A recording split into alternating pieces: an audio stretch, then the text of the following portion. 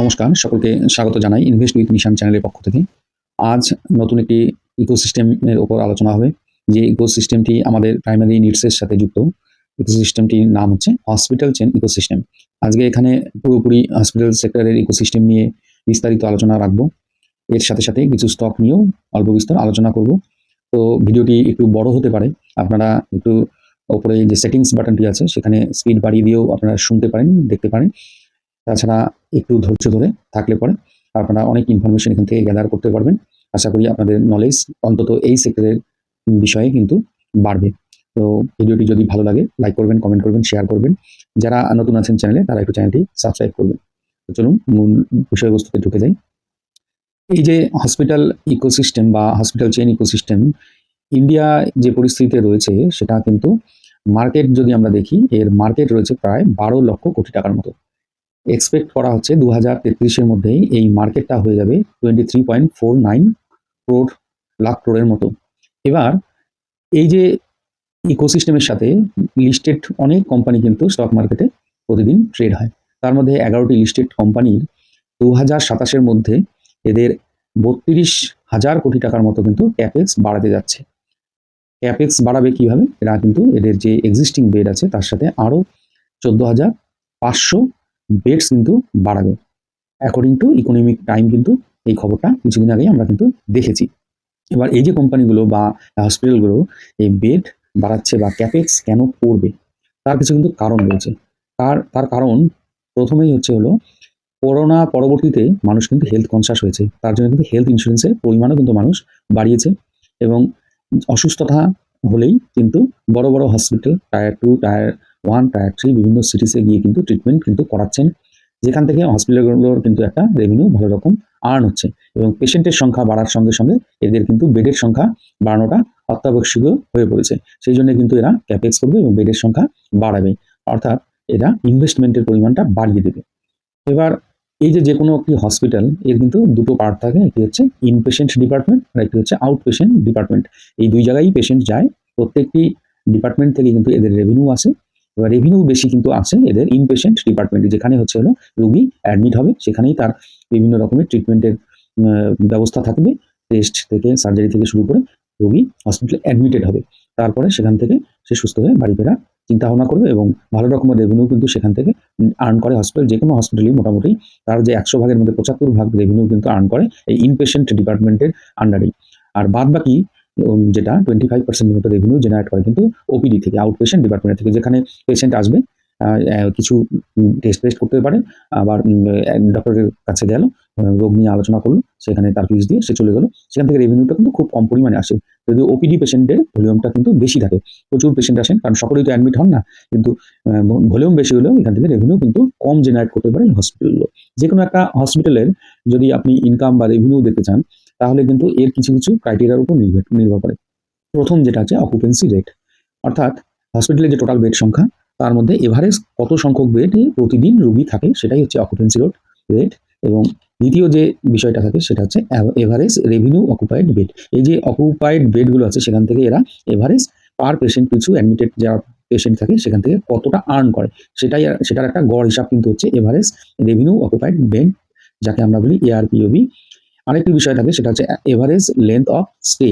একজন পেশেন্ট কতদিন হসপিটালে থাকলো, এই এভারেজ লেন্থ অফ স্টে যত কম হয় তত কিন্তু হসপিটালগুলোর কাছে সেটা সুবিধাজনক। কারণ একটা পেশেন্টের যে ট্রিটমেন্ট হলো বা সার্জারি হলো, তার হয়তো 2 দিনের মধ্যে বা 3 দিনের মধ্যে সে রিলিজ করে দিলে পরে ওই বেডটি ফাঁকা হয়ে যায়, আরেকটি নতুন পেশেন্ট কিন্তু সেই বেডে চলে আসে। এবার দীর্ঘদিন একটি সার্জারির পরে একটা পেশেন্ট থাকলে পরে তার যে এভারেজ যে তার কাছ থেকে যে রেভিনিউটা আর্ন হয় সেটা কিন্তু কম হয়।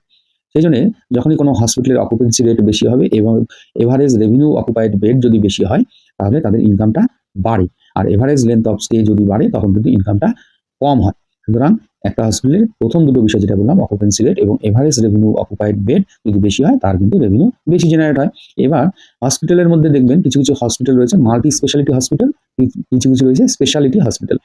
মাল্টি স্পেশালিটি হসপিটালে কি হবে, নানান রকম বিভিন্ন রকমের রোগ, একাধিক রোগের ট্রিটমেন্ট এক ছাদের তলে কিন্তু রুগী সেই পরিষেবাটা পাবে। তার মধ্যে অন্যতম হসপিটাল ভারতবর্ষের বুকে যারা লার্জেস্ট প্লেয়ার রয়েছে, তার মধ্যে অ্যাপোলো হসপিটাল রয়েছে, ম্যাক্স হেলথ কেয়ার রয়েছে, ফর্টিস রয়েছে, যারা কিন্তু মাল্টি স্পেশালিটি হসপিটালের দিক থেকে অনেকটা মার্কেট শেয়ার দখল করে আছে, অর্থাৎ লার্জেস্ট প্লেয়ার এই সেক্টরে। আর স্পেশালিটি হসপিটাল বলতে যে কোনো একটি নির্দিষ্ট টার্গেটেড পেশেন্টকে কিন্তু এরা ট্রিট করে, যেমন রেইনবো চিলড্রেন যদি হসপিটাল দেখেন তাহলে এরা চিলড্রেনের বা পেডিয়াট্রিক যে ট্রিটমেন্টগুলো সেগুলো করে।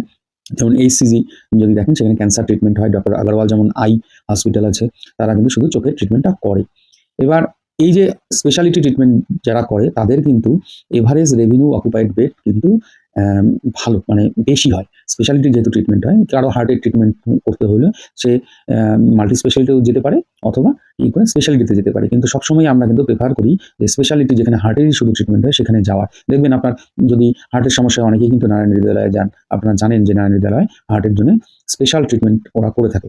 সেই জন্য সেখানেও কিন্তু একটা রেভিনিউ কিন্তু ভালো রকমের আর্ন করে ওই হসপিটালগুলো যারা স্পেশালিটি ট্রিটমেন্ট প্রোভাইড করে। যেমন নারায়ণা আই হসপিটাল, শঙ্কর নেত্রালয়, এগুলো চোখের ট্রিটমেন্ট করে। ডক্টর আগরওয়াল চোখের ট্রিটমেন্ট করে। এটা কিন্তু সকলেই কিন্তু আপনারা জানেন। চোখের কোনো সমস্যা হলে হয়তো সেখানেই আপনারা ছুটে যান।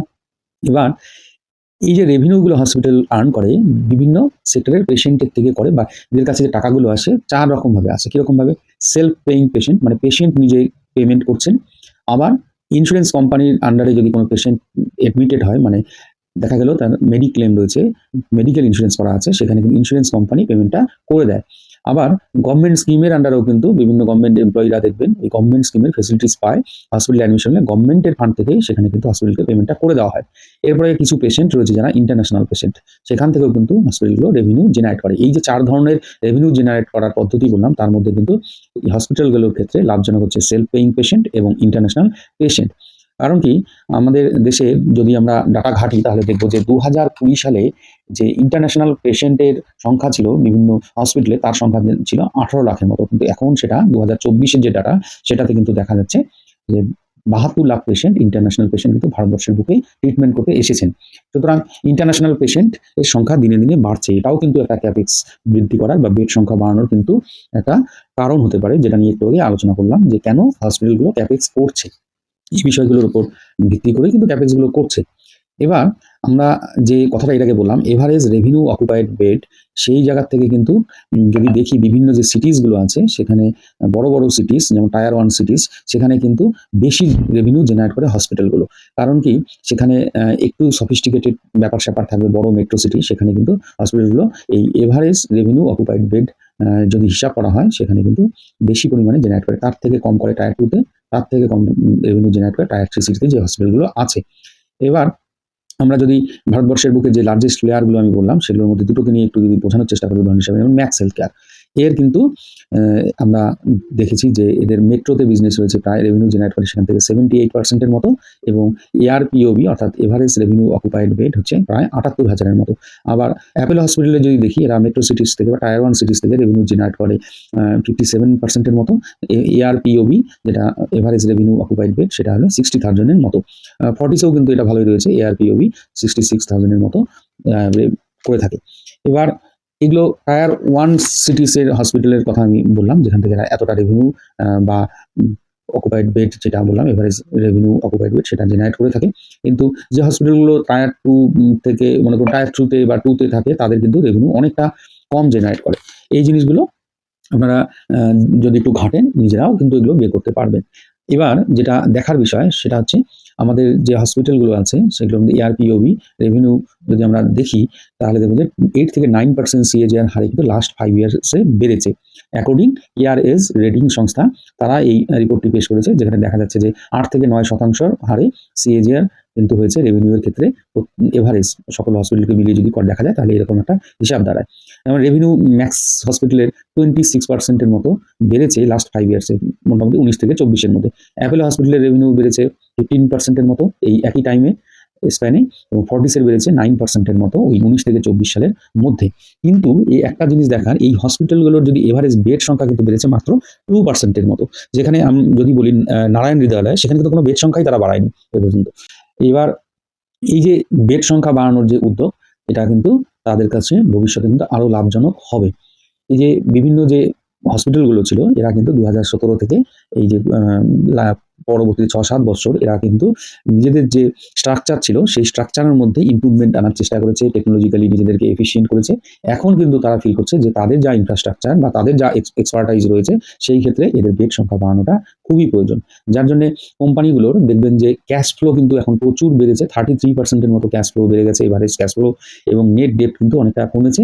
যেহেতু এখন ক্যাপেক্স করছে কোম্পানি, আস্তে আস্তে আবার এদের কিন্তু ডেট টু ইকুইটি রেশিও বাড়তে শুরু করবে। কারণ কি, এরা ক্যাপেক্স করছে দুভাবে, এরা গ্রিনফিল্ড এক্সপেনশনও করছে, আবার ব্রাউনফিল্ড এক্সপেনশন। এবার গ্রিনফিল্ড এক্সপেনশন হলো নতুন বিল্ডিং কনস্ট্রাকশন করে, নতুন ইনফ্রাস্ট্রাকচার করে নতুনভাবে হসপিটাল স্থাপন করা। আর ব্রাউনফিল্ড এক্সপেনশনটা কি হচ্ছে, সেখানে তাদের যা ইনফ্রাস্ট্রাকচার আছে, হয়তো একটা বিল্ডিং আছে সেখানে আরেকটি ফ্লোর বাড়ালো, সেখানে হয়তো কিছু ইকুইপমেন্ট কিনে আরেকটু ঝাঁচকচকে করলো, এবং তার সাথে সাথে হয়তো বিল্ডিং যেখানে একটা আছে তার পাশে আরেকটি বিল্ডিং করে এক্সপানশন করলো। এটা কিন্তু ব্রাউনফিল্ড এক্সপানশন।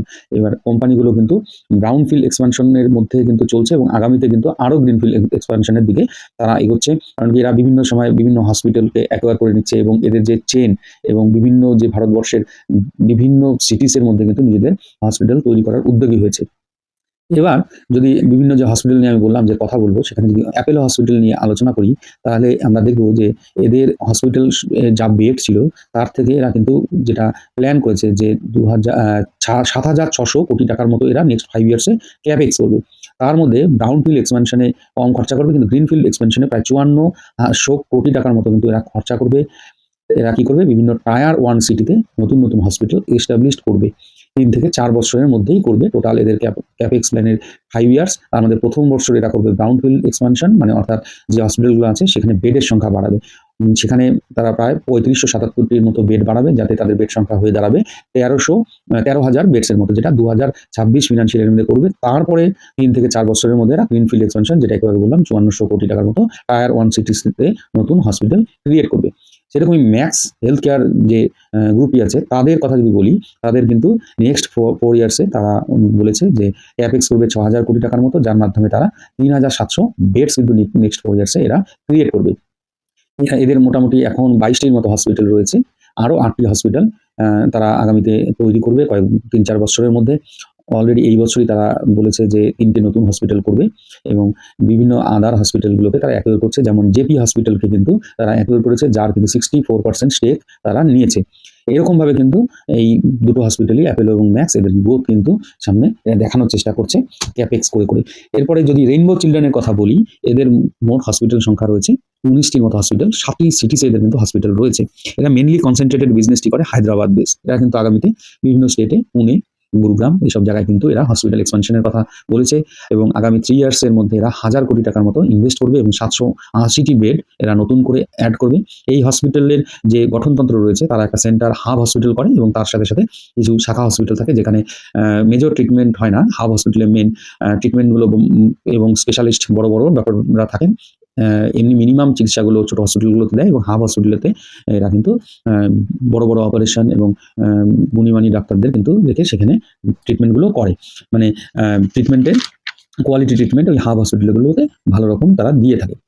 এবার আমাদের ভারতবর্ষে বিভিন্ন যে ডিজিজগুলো হয়, তার মধ্যে আমরা এখন কিন্তু লাইফস্টাইল ডিজিজের সাথে কিন্তু আমরা খুব যুদ্ধ করছি। আর কিছু কি হয়, যেমন হচ্ছে নন কমিউনিকেবল রোগ, কী কী সেগুলো, যেমন হচ্ছে কার্ডিওভাস্কুলার ডিজিজ, ডায়াবেটিস, ক্যান্সার বৃদ্ধির কারণে কিন্তু হাসপাতালের চাহিদা কিন্তু দিনে দিনে বেড়ে যাচ্ছে। তার সাথে সাথে বেডের চাহিদাও বাড়ছে। এবং আমরা যদি দেখি যে আমাদের elderly population according to the census of 2011, সেখানে আমাদের 60 বছর এবং 7 বছরের ওপরে ব্যক্তিবর্গের সংখ্যা ছিল প্রায় 8%-এর মতো। সেইখানে এখন যদি আমরা 2025-26-এ যেটা ক্যালকুলেশন যদি করা যায়, দেখা যাবে যে এল্ডারলি পপুলেশনের সংখ্যা প্রায় 12.5%, অর্থাৎ বৃদ্ধ বয়সে রোগ ব্যাধির পরিমাণ বাড়ে, এবং লাইফস্টাইল ডিজিজের পরিমাণও কিন্তু বাড়ে। বিশেষ করে respiratory disease, cardiovascular disease, cancer, diabetes, এগুলো কিন্তু একটা পার্ট অফ লাইফ হয়ে গেছে আমাদের ভারতবর্ষের বয়স্ক পপুলেশনদের মধ্যে। সুতরাং এই যে বয়স্ক পপুলেশনের সংখ্যা যত বাড়বে, হসপিটালে তত বেশি রেভিনিউ আর্ন কিন্তু করবে হসপিটালগুলো। এই বিষয়গুলো কিন্তু সবসময় মাথায় রেখে কিন্তু এই হসপিটালগুলো ক্যাপেক্সের প্ল্যানের দিকে কিন্তু এগোচ্ছে। এরপর আরেকটি হসপিটাল নিয়ে কথা বলি, যেটা হচ্ছে হলো নারায়ণা হৃদয়ালয়। আপনারা জানেন যে এটা একটা হার্টের চিকিৎসার হসপিটাল, হার্টের ট্রিটমেন্ট ভালো হয়। এদের যদি লাস্ট কোয়ার্টারের রেজাল্ট দেখবেন যে রেভিনিউ 20%-এর উপরে কিন্তু ইয়ার অন ইয়ার বেড়েছে, প্যাট বেড়েছে 30%-এর মতো ইয়ার অন ইয়ার। Q2 তে এরা কিন্তু সুন্দর রেজাল্ট করেছে।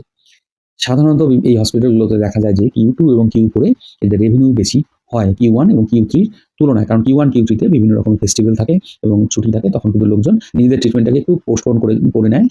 এমন কিছু চিকিৎসা থাকে যেগুলোকে পোস্টপোন করে তারা Q2 বা Q4 এ গিয়ে করায়। তখন এই হসপিটালগুলোর কিন্তু রেভিনিউ বেড়ে যায়। সেইভাবে এদের কিন্তু রেকর্ড পরিমাণ রেভিনিউ এবং PAT কিন্তু জাম্প করেছে Q2 তে। এবার এদের যে প্ল্যান, এরা Q2 তে এদের বেড সংখ্যা কিন্তু আমরা দেখেছি যে ৫৭০০ মতো বেড রয়েছে। এরা প্ল্যান করেছে ২৮ এবং ২৯ সাল থেকে এরা কিন্তু ক্যাপেক্স এর পরিমাণ বাড়িয়ে দিবে এবং ফিন্যান্সিয়াল ইয়ার 30 র মধ্যে এরা ৭৬০০ প্লাস এর মতো বেড কিন্তু এরা ক্রিয়েট করবে হসপিটালে।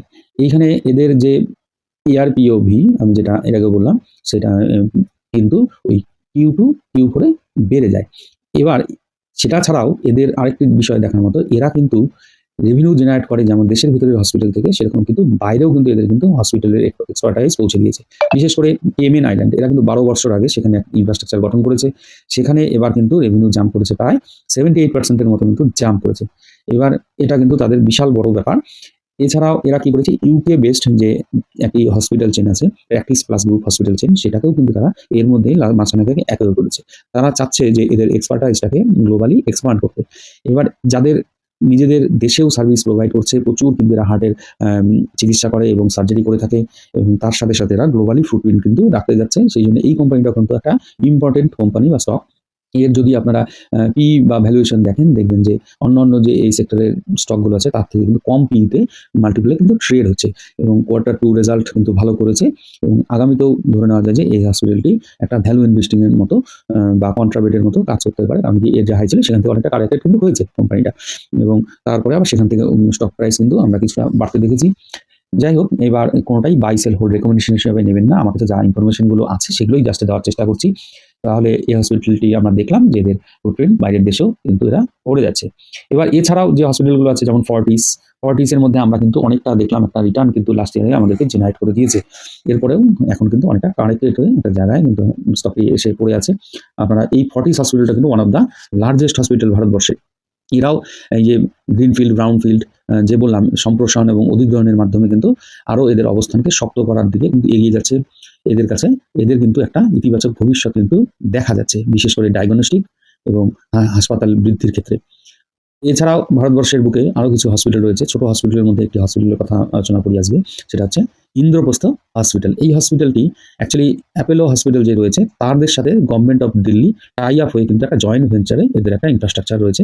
এরা দিল্লি বেসড হসপিটাল। এটি খুব ছোট একটি মানে মার্কেট ক্যাপযুক্ত স্টক, যার হয়তো এই ৪,০০০ এর অল্প উপরে ৪৩০০-৪৪০০ কোটি টাকার মতো মার্কেট ক্যাপ।